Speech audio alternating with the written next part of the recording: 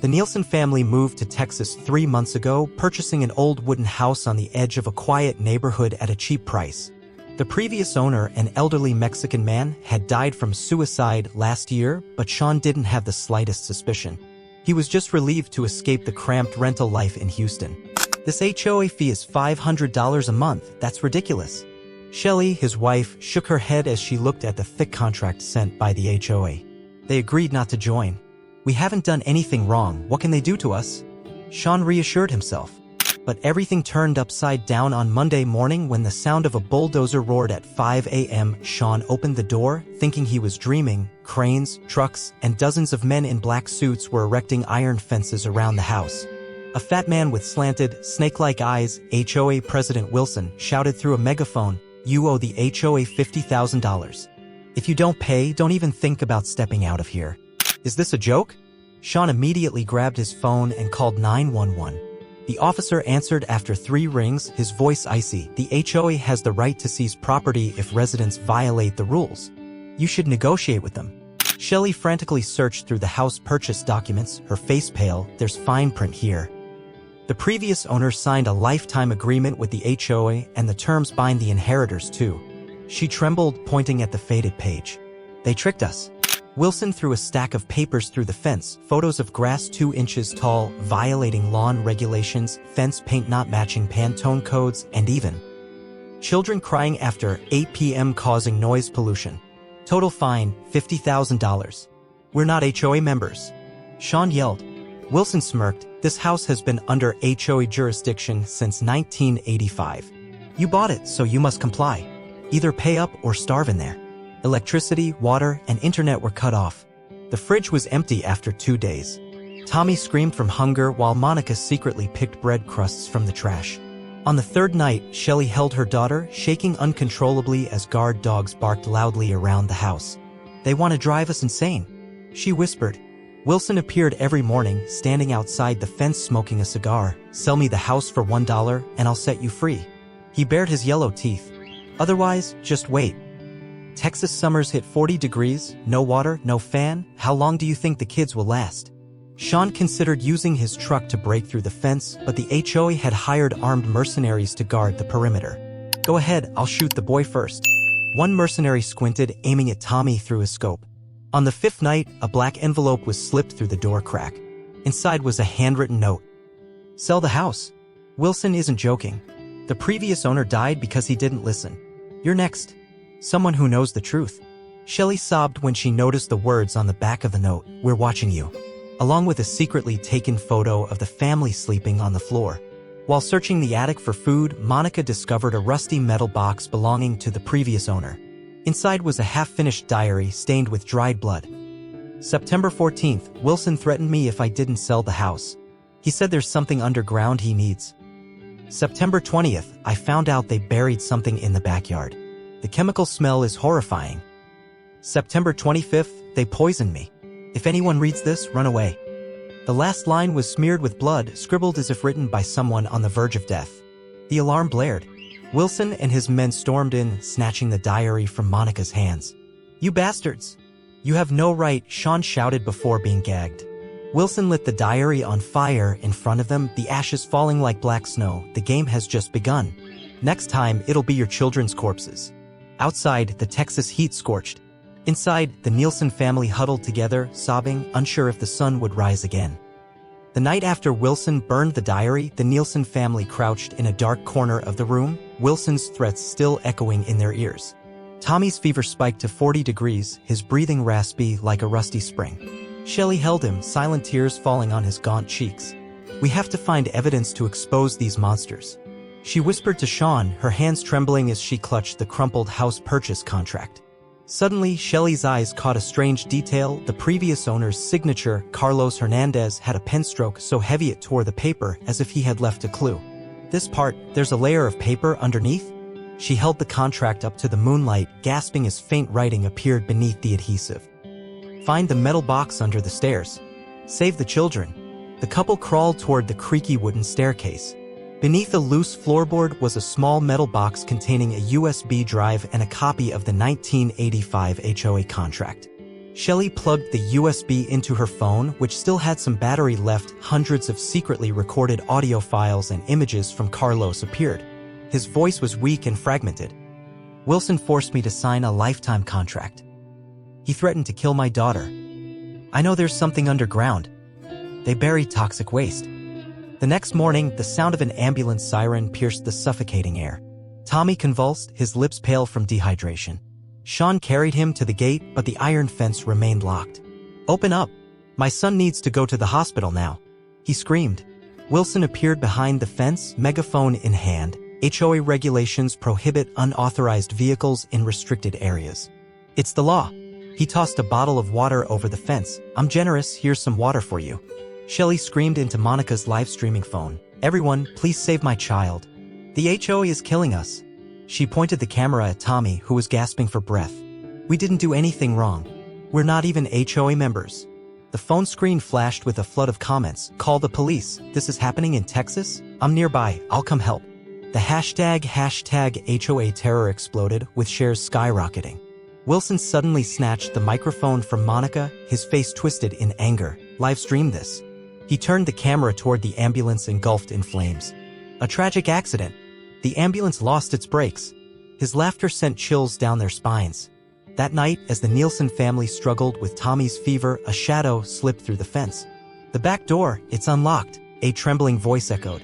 A man wearing a mask and dark circles under his eyes sneaked into the house. "I'm Daniel, the former HOA secretary." He removed his mask, revealing a long scar running from his cheek to his neck. "Wilson has brainwashed the entire neighborhood. He uses fines to launder money for a drug cartel. Carlos didn't commit suicide, he was poisoned." Daniel handed Sean a stack of blood-stained documents, fake medical reports about Carlos's death, secret bank transfers to Swiss accounts, and photos of Wilson shaking hands with a local drug lord. "He needs your land because there's a drug tunnel underneath. Carlos found out, so he had to die."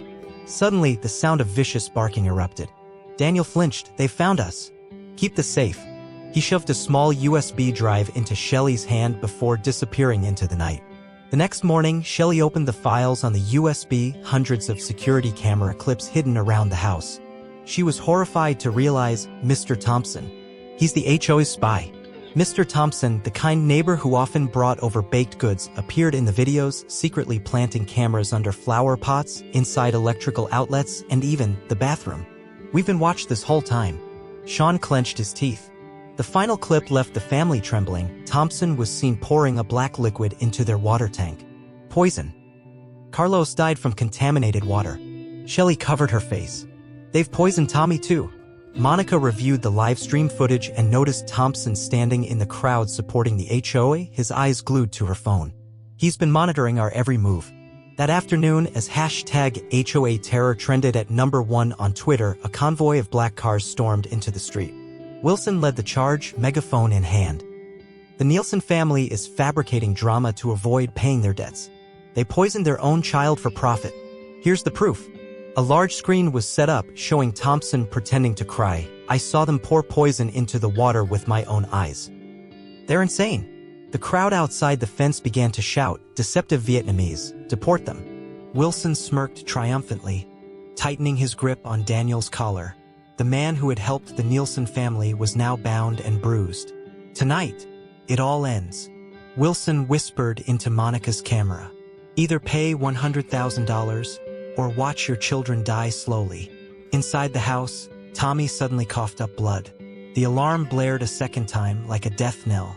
As night fell, the buzzing of drones filled the air like a swarm of giant bees.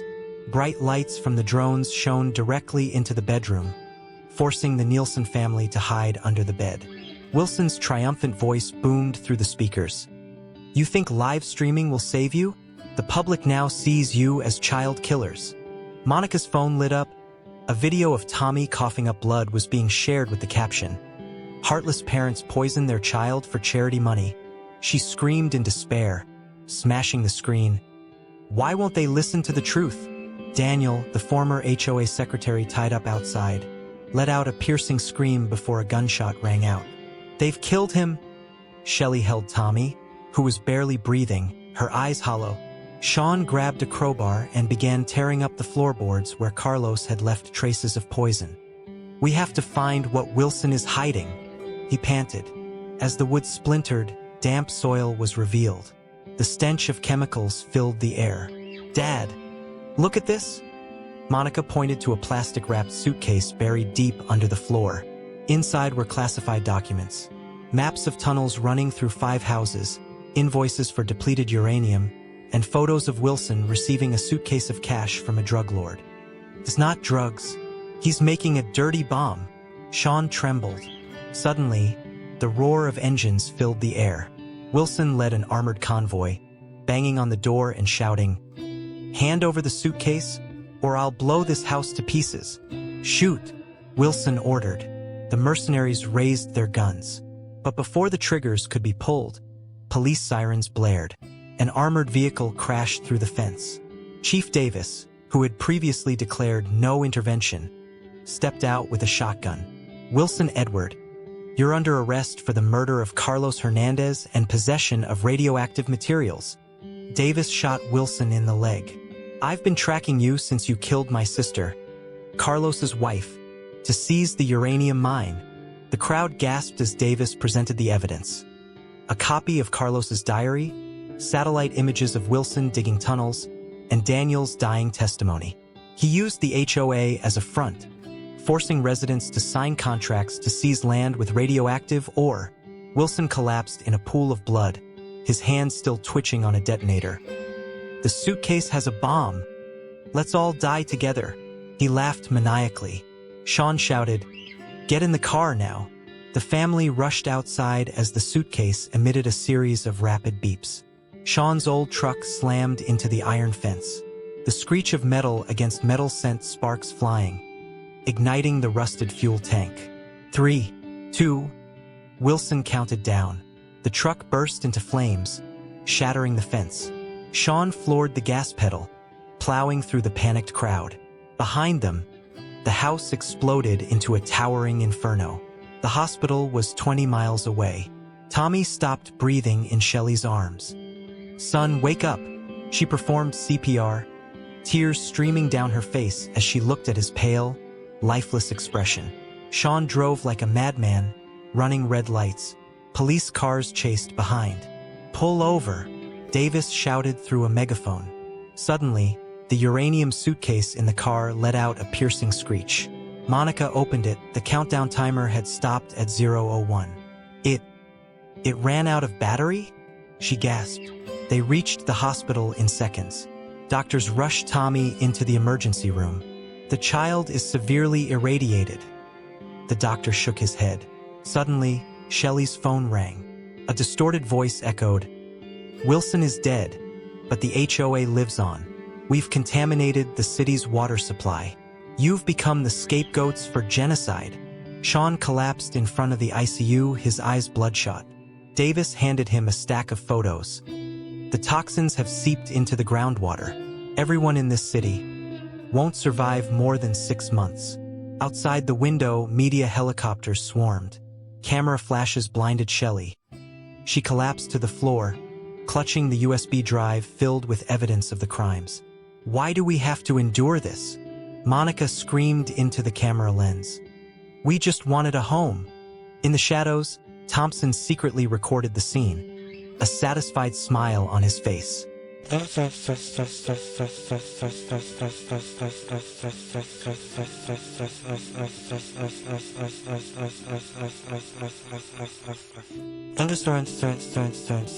Dallas Hospital descended into chaos.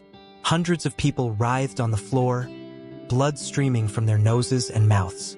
News of the radiation leak spread like wildfire. Sean held Tommy.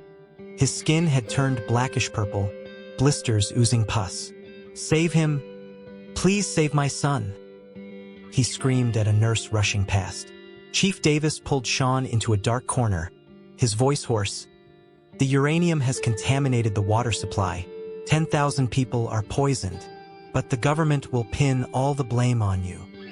He shoved a one-way ticket to Mexico into Sean's hand. "Run, before they turn you into the villains." Returning home under a light acid rain, the Nielsen family stood frozen in front of a sign reading, "Restricted Area. Radioactive Waste." Rescue teams in hazmat suits stormed in, digging through the cracked earth. No, this can't be. Shelley collapsed as hundreds of rusted barrels were pulled from the ground. The stench of chemicals burned their eyes. An engineer shouted, "Level 4 nuclear waste. Those bastards buried tons of it here." Sean rummaged through Carlos's suitcase of documents. Maps showed tunnels running through 20 houses, leading to Wilson's secret factory. He used the HOA to silence everyone, turning this land into a radioactive dump. He clenched his teeth, gripping the USB drive containing the evidence. A raspy laugh echoed from the shadows. Thompson, the spy neighbor, emerged, a cold gun pointed at Shelley's forehead. "Hand over the USB. Wilson's dead, but the HOA lives. We need it to control the city." Monica stepped back, secretly grabbing a can of pepper spray. "Why are you doing this? You have kids too." She pretended to cry. Thompson laughed. "The HOA's money can buy even children's lives." Suddenly, Monica shot the pepper spray directly into his eyes. Sean lunged for the gun. The two wrestled on the radioactive ground. "Die with me," Thompson screamed, pulling the pin on a grenade. A deafening explosion. The house collapsed, burying Thompson under the rubble. Sean carried his family to safety, blood pouring from a wound in his stomach. That night, the Nielsen family huddled in their old car. Tommy took short, labored breaths, clutching a teddy bear blackened by radiation. "Dad, I'm scared," he whispered before taking his last breath. Shelley cried silently, stroking her son's cold, lifeless face. Monica posted her final status online. "We are innocent. The HOA killed my brother. Here's all the evidence." She attached the encrypted files before deleting her account. 5 minutes later, the video of Tommy's death and the toxic data went viral worldwide. The Texas government was forced to reveal the truth, but it was too late. A wave of acute cancer deaths erupted.